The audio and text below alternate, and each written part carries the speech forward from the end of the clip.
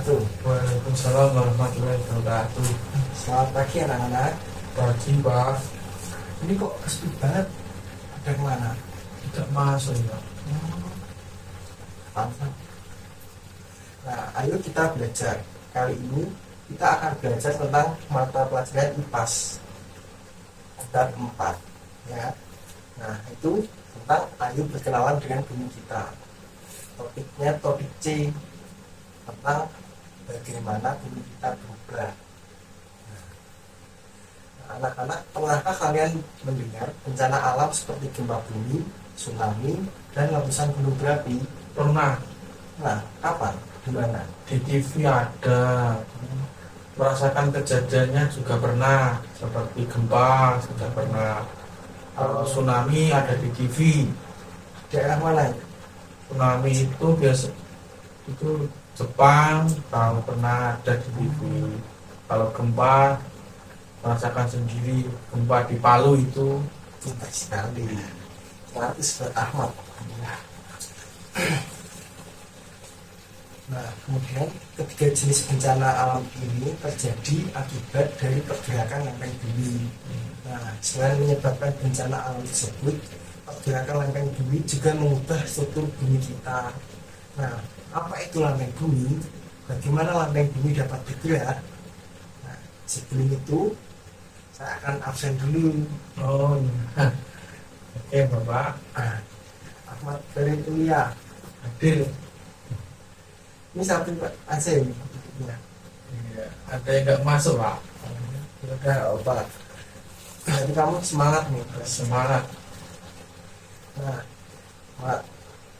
Kemudian yuk anak-anak kita pelajari bersama-sama permukaan bumi yang berubah-ubah di aktivitas sebelumnya. Kalian sudah mempelajari bahwa alam kita senantiasa berubah. Nah, mulai dari perubahan cuaca yang sifatnya sementara sampai dengan perubahan kondisi lingkungan yang sifatnya permanen. Nah, salah satunya terjadi karena bencana alam. Contohnya ketika Gunung Tambora itu di Pulau Lombok yang meletus pada tahun 1815. Nah, itu Bapak sendiri juga belum lahir. Nah, awalnya Gunung Tambora memiliki ketinggian 4.200 meter di atas permukaan air laut. Nah, namun setelah meletus tingginya berkurang menjadi 2.800 meter di atas permukaan air laut. Nah, dari peristiwa tersebut kalian bisa melihat struktur bumi berubah dari yang semula memiliki puncak berbentuk redup. Setelah meledak, puncak tersebut hilang dan berubah menjadi kawah atau seperti danau kering yang sangat besar. Nah, ini tuh terjadi karena faktor alam ya. Selain gunung meletus, ada juga faktor alam lainnya yang mengubah bentuk permukaan bumi seperti tsunami, tanah longsor, gempa bumi, dan sebagainya. Nah, peristiwa-peristiwa ini terjadi karena struktur permukaan bumi yang terus bergerak, yaitu tadi adanya pergeseran lempeng. Berarti terjadinya gempa bumi itu pergeseran lempeng ya Pak? Iya, Oke. itu sekali itu. Nah, ini selanjutnya seperti apakah permukaan bumi kita? Bagaimana permukaan bumi bisa bergerak? Nah, sebelum menjawab pertanyaan itu, mari kita pelajari terlebih dahulu bagaimana struktur bumi kita. Nah, ini Bapak ada media yang tentang struktur bumi. Oh, Nah, yang pertama itu ada inti dalam. Inti dalam itu ini. oh, di dalam bumi ya Pak? Iya, kecil tapi panas sekali. Itu bisa memiliki suhu sampai 5.400 derajat Celcius. Bayangkan betapa panasnya. Panas ya. Tapi bagian terdalam bumi sangat panas dan berwujud cair. Oh, Panas tapi cair. inti bumi itu cair ya Pak? Iya. Nah, Di dalam. Oke. kemudian setelah inti dalam itu ada inti luar. Inti luar itu bagian dalam bumi dan berwujud cair. Itu sama-sama cair, tapi masih panasan yang inti dalam. Itu. Nah, kemudian ada mantel bumi.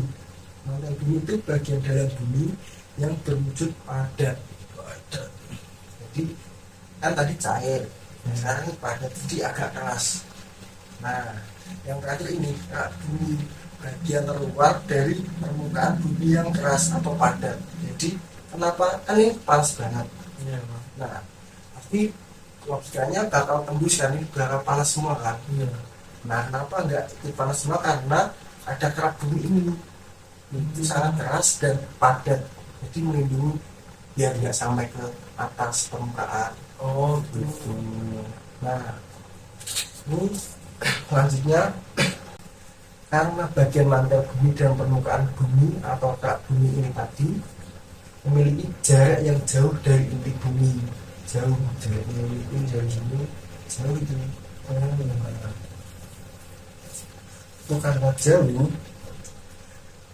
maka suhunya lebih rendah, maka bagian ini berwujud padat, mirip dengan permukaan agar-agar yang telah dingin. Tahu agar-agar kan? Oh, Nah, itu kalau dingin itu sama seperti ini bentuknya, teksturnya itu hampir sama. Nah, maka bagian dalamnya cair namun bagian luarnya padat. Ketika cairan dipanaskan, maka cairan itu akan terus bergerak karena arus konveksi atau perpindahan kalor pada cairan.